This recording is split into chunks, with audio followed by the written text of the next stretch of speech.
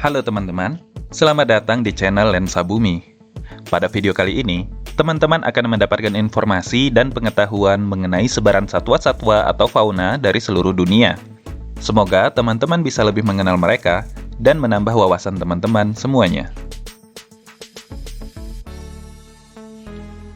Bumi ini menyajikan hamparan alam luas yang tentunya dihuni oleh berbagai jenis makhluk hidup dengan banyak spesies. Salah satunya adalah fauna. Fauna sendiri adalah salah satu jenis makhluk hidup yang paling banyak memiliki spesies setelah flora atau tumbuhan. Menurut Wikipedia Indonesia, lebih dari 1,5 juta spesies fauna yang masih hidup telah diidentifikasi di dunia ini. Sedangkan, secara keseluruhan, ada sekitar 7 juta spesies fauna yang pernah hidup di dunia ini sejak zaman dahulu. Seluruh spesies ini memiliki karakteristik masing-masing dan tersebar di seluruh dunia. Hampir tidak ada satu sudut terkecil pun di bumi ini yang benar-benar kosong atau tidak berpenghuni, bahkan pulau terpencil sekalipun. Setidaknya, daerah terpencil seperti palung terdalam Mariana, dataran tertinggi Everest, ataupun hutan terganas Amazon sekalipun yang notabene masih terbatas untuk dijangkau oleh manusia, pasti ada hewan asli yang berhabitat di sana. Namun, memang ada beberapa tempat yang belum sanggup dijamah bahkan dengan teknologi manusia tercanggih yang ada saat ini. Sehingga, para ilmuwan berkesimpulan, bumi ini masih menyimpan banyak misteri. Jenis fauna yang mendiami sebuah wilayah tentu sangat dipengaruhi oleh kondisi alam, karakteristik wilayah, iklim atau cuaca, dan banyak lagi faktor-faktor lingkungan di wilayah tersebut. Karena fauna sendiri akan beradaptasi dengan lingkungan atau habitatnya untuk dapat bertahan hidup dan berkembang biak. Kondisi fisiologi fauna pun sangat dipengaruhi oleh kondisi habitatnya. Dan di video kali ini, kita akan mengulas pengelompokan atau klasifikasi hewan-hewan di berbagai belahan dunia yang pertama kali dicetuskan oleh Alfred Russel Wallace. Zona Australis. Wilayah yang termasuk pada zona ini terdiri atas benua Australia seluruhnya, Selandia Baru, Papua di Indonesia, dan pulau-pulau lain di sekitarnya. Iklim di wilayah yang termasuk dalam zona ini cenderung beriklim tropis dengan musim kemarau dan musim hujan serta sebagian lagi beriklim sedang. Beberapa jenis hewan pada zona atau wilayah Australis seperti kanguru, kiwi, koala, dan platypus. Terdapat juga beberapa jenis burung yang khas seperti burung cendrawasih, kasuari, dan kakatua. Kemudian, untuk gugusan reptil dapat ditemukan hewan seperti buaya, kura-kura, dan ular piton. Zona Ethiopian. Wilayah atau negara-negara yang termasuk di dalam zona ini mencakup benua Afrika dari sebelah selatan Gurun Sahara, Madagaskar, dan selatan Saudi Arabia. Negara-negara yang masuk ke zona ini memiliki iklim hujan tropis, iklim kering, dan iklim hujan yang bersuhu hangat. Untuk hewan khas yang berhabitat di wilayah ini, seperti gajah Afrika, badak Afrika, babon, serta mamalia padang rumput seperti zebra, antelop, singa, dan mamalia pemakan serangga yaitu terenggiling. Mamalia endemik di wilayah ini merupakan kuda Nil yang hanya terdapat di Sungai Nil di negara Mesir. Sebenarnya, di Madagaskar juga terdapat kuda Nil namun berukuran lebih kecil.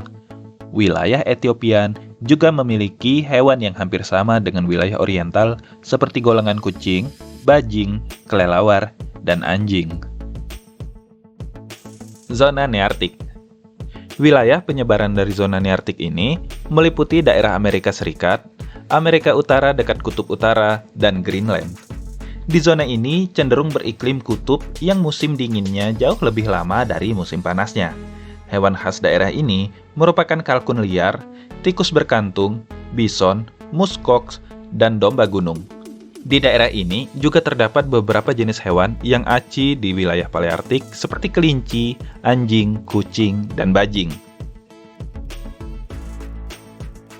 Zona Neotropik.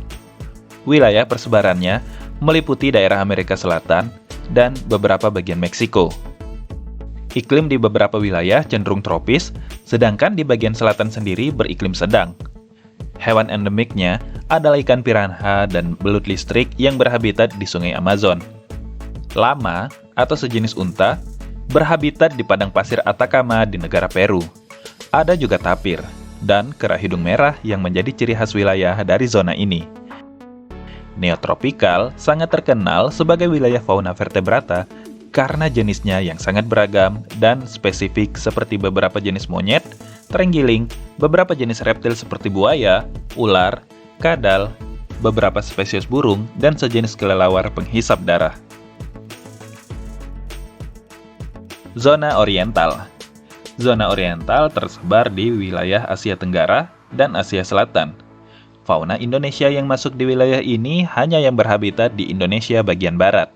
Di zona ini mempunyai karakteristik iklim yang tropis, sehingga banyak juga dijumpai hutan hujan tropis di daerah-daerah zona ini.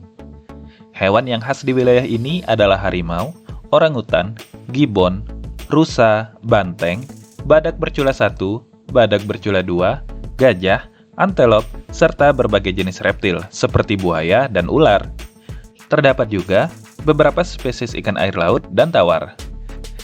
Keadaan jenis hewan yang hampir sama dengan wilayah Etiopian, diantaranya kucing, anjing, monyet, gajah, badak, dan harimau. Zona Paleartik. Wilayah persebarannya sangat luas, meliputi hampir seluruh benua Eropa, Rusia, daerah sekitar Kutub Utara sampai pegunungan Himalaya, Kepulauan Inggris di Eropa Barat hingga Jepang, dan benua Afrika paling utara. Beberapa jenis fauna Paleartik yaitu panda di Cina, unta di Afrika Utara, binatang kutub seperti rusa, kucing kutub, dan beruang kutub. Binatang lain yang juga mendiami wilayah ini diantaranya kelinci, berbagai spesies anjing, kelelawar, bajing, hingga kijang yang telah menyebar ke wilayah lain. Nah, itulah sebaran fauna di berbagai belahan dunia yang telah diklasifikasikan oleh para ilmuwan sehingga teman-teman dapat lebih mudah dalam mempelajarinya. Pembagian sebaran yang disampaikan oleh Alfred Russel Wallace tadi tentunya masih menggambarkan keadaan fauna dunia secara garis besar dan belum mendetail. Untuk mempelajari fakta-fakta dan keunikan hewan-hewan dari seluruh dunia yang lebih mendetail dan menarik lagi, kita akan membahasnya pada video-video selanjutnya. Sampai berjumpa lagi, jaga kesehatan, jaga semangat, dan teruslah belajar.